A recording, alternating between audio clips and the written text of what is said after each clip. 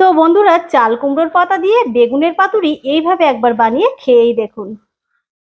কথা দিলাম, এক থালা ভাত কিন্তু নিমিষেই শেষ হয়ে যাবে। তো চলুন রেসিপিটা চটপট করে দেখে নিই। নমস্কার, কেমন আছেন সবাই? আর এর মধ্যবিত্ত গৃহবধূ চ্যানেলে সকলকে স্বাগত জানাই। বানাবো আজকে বেগুন পাতুরি। দেখতেই পাচ্ছেন বেগুনগুলো কিন্তু এরকম পাতলা করে কেটে নিয়েছি। এখানে নিয়ে নিয়েছি আদা, রসুন, পেঁয়াজ, কাঁচা লঙ্কা। চলুন এবার সবগুলোকে সুন্দর করে বেটে নেব।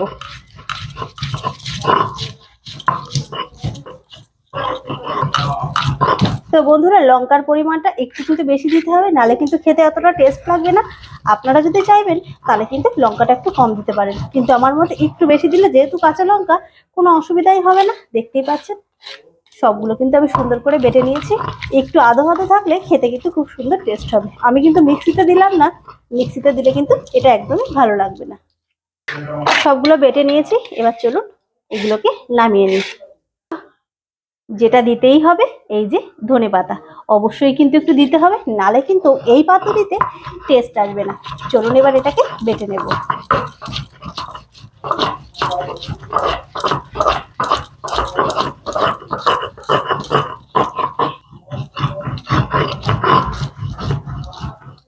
ব্যাস, ধনেপাতাটাও কিন্তু বাটা কমপ্লিট।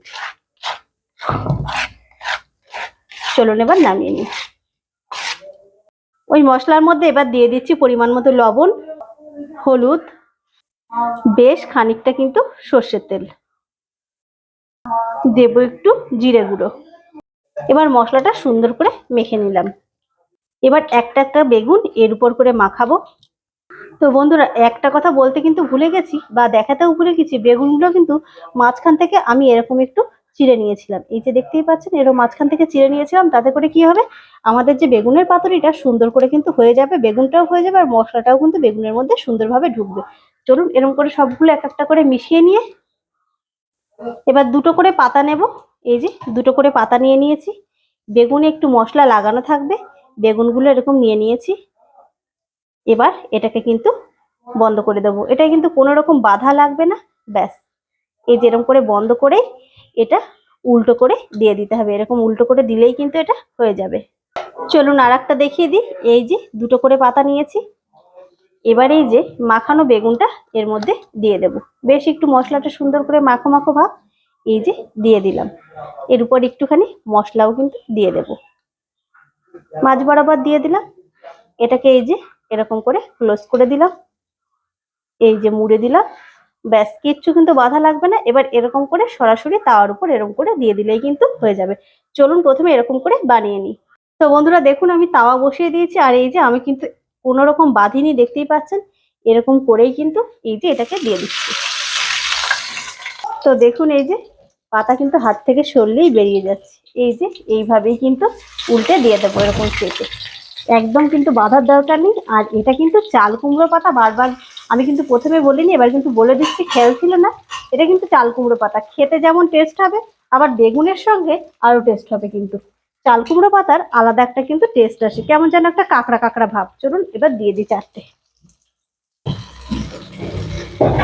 চলুন এটাকে এবার একটু ঢেকে দেবো। তো বন্ধুরা চলুন এবার এগুলোকে উল্টে দিই। ঢাকা ছিল ওই ধরুন 5 মিনিট মতো। তো প্রথমে কিন্তু এই পাশেরটা উল্টে দেব।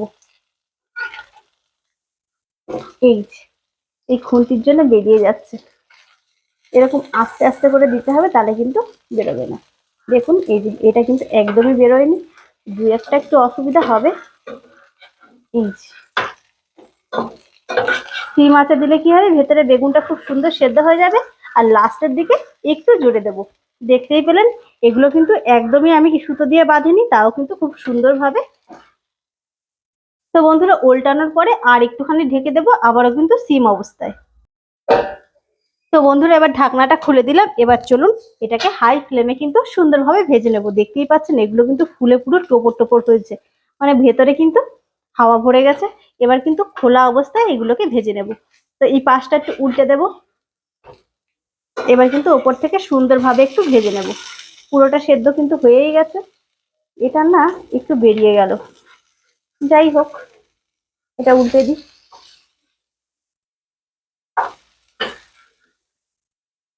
এটা কিন্তু একটু নাড়তেই থাকতে হবে, যেহেতু জোরে দিয়ে দিয়েছি সেহেতু কিন্তু একটু নাড়তে হবে, আর খুবই কিন্তু সাবধানে।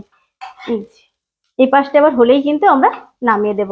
এখনই কিন্তু অসাধারণ গন্ধ বেরোচ্ছে। এটা কিন্তু গরম ভাতে মানে লোভই সামলানো যাচ্ছে না, মনে হচ্ছে যেন কখনই খাবো। দেখুন এটা কিন্তু একটু বেরিয়ে গেছে, পাতাটা ঠিকঠাক মতো দিয়েছিলাম কিন্তু সরে গেছিল। চলুন এবার এগুলোকে নামিয়ে নিই। তো বন্ধুরা দেখতেই পাচ্ছেন আমি নামিয়ে ফেলেছি। গন্ধটা কিন্তু অসম্ভব সুন্দর, আর খেতেও কিন্তু দারুণ টেস্ট। বেগুনও কিন্তু সুন্দরভাবে নরম হয়ে গেছে। তো চলুন চটপট করে আপনারাও বানিয়ে ফেলুন। আজকের মতো এটুকুই, আবার একটা রেসিপি নিয়ে আপনাদের সামনে চলে আসবো। টাটা।